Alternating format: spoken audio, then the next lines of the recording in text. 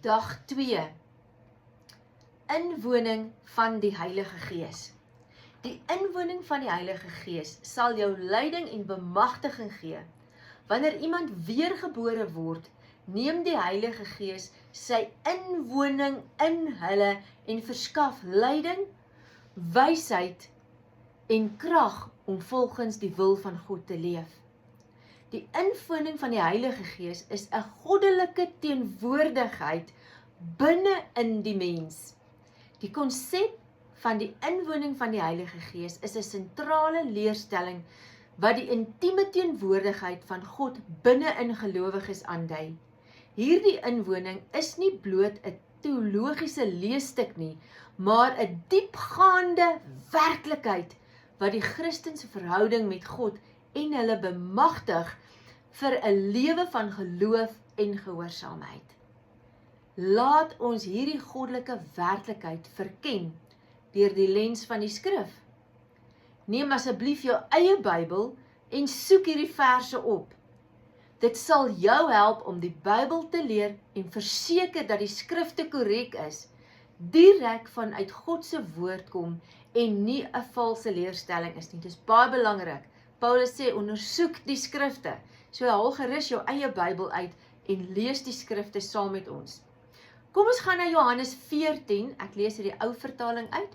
Die vertaling wat jy lees gaan seker dan basies baie dieselfde wees.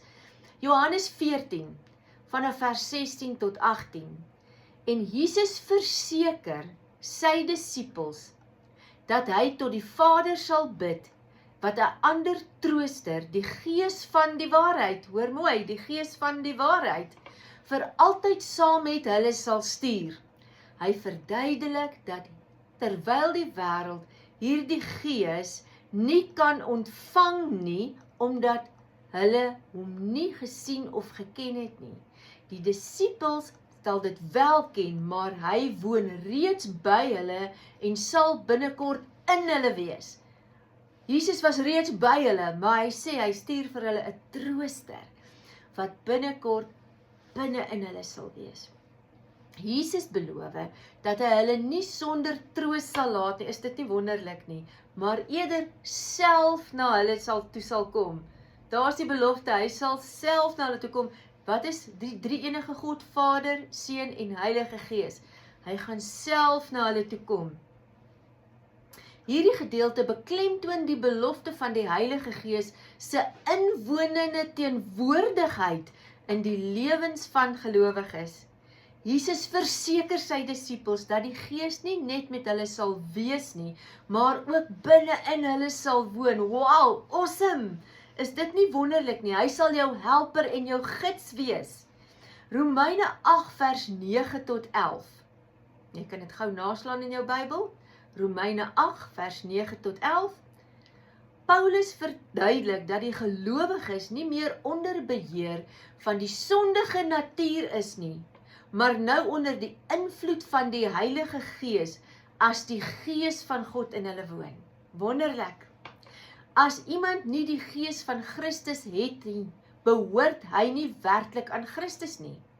Maar as Christus in hulle woon, alhoewel hulle fisiese liggame aan die dood onderworpe is, weens die sonde wat in hulle was, bring die Gees hulle deur geregtigheid tot lewe. Verder, as dieselfde Gees wat Jesus uit die dood uit opgewek het, in hulle woon, sal daardie Gees ook lewe gee aan hul sterflike liggame, vanweë sy teenwoordigheid binne in hulle. In hierdie gedeelte beklemtoon Paulus die transformerende krag van die Heilige Gees se inwoning. Gelowiges word nie meer deur die vlees beheer nie, is dit nie wonderlik nie, maar word bemagtig deur die Gees en kan hulle lewe volgens die wil van God. Is dit nie wonderlik nie? Dieselfde Gees wat Jesus uit die dode uit opgewek het, woon nou binne in die gelowiges en skenk lewe en geregtigheid. 1 Korintiërs 6 vers 19 tot 21. Hierdie verse beklemtoon die heiligheid van ons liggame as woonplekke van die Heilige Gees. Is awesome. Paulus herinner gelowiges daaraan dat hulle die Gees, die Heilige Gees van God ontvang het en dit het nou binne in hulle woon.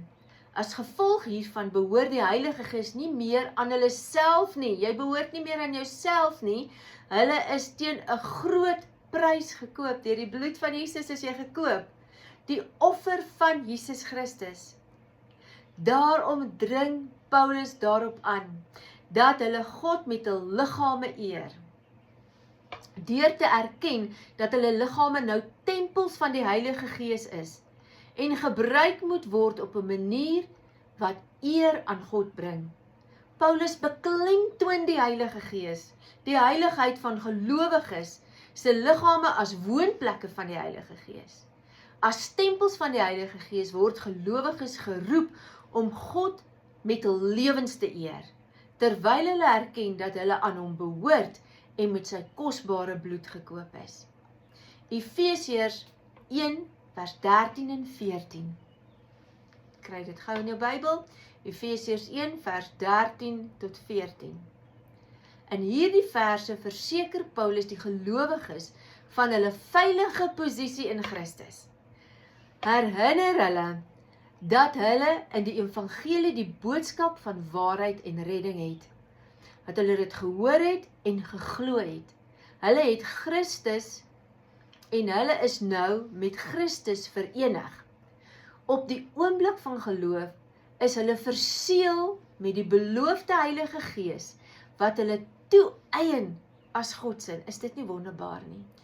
Hierdie verseël dien as 'n waarborg vir hulle toekomstige erfenis in Christus, wat ten volle wesenlik sal word by die verlossing van God se besitting. Die Heilige Gees wat binne in gelowiges woon, dien as waarborg wat die vervulling van God se beloftes verseker en eer aan sy naam kan bring. Die inwoning van die Heilige Gees word hier voorgestel as 'n seël en 'n deposito wat die Heilige se veilige verhouding met God en hul toekomstige erfenis in Christus aandui. Die teenwoordigheid van die Heilige Gees dien as waarborg van God se getrouheid en die vervulling van sy beloftes. Die inwoning van die Heilige Gees is 'n diepgaande werklikheid. Dis nie net 'n storie nie, dis 'n werklikheid wat gelowiges van binne af verander. Hulle bemagtig vir 'n lewe van geloof, gehoorsaamheid en intimiteit met God. Deur die teenwoordigheid van die Gees van God word gelowiges gelei, hulle word versterk, hulle word verseël vir die ewigheid, wat hul identiteit as kinders van God en erfgename van sy koninkryk verseker. As tempels van die Heilige Gees word gelowiges geroep om God met hul lewens te eer, om in lyn te leef met sy wil en die getuie te wees van sy heerlikheid in hierdie wêreld. En dit bring ons aan die einde van dag 2.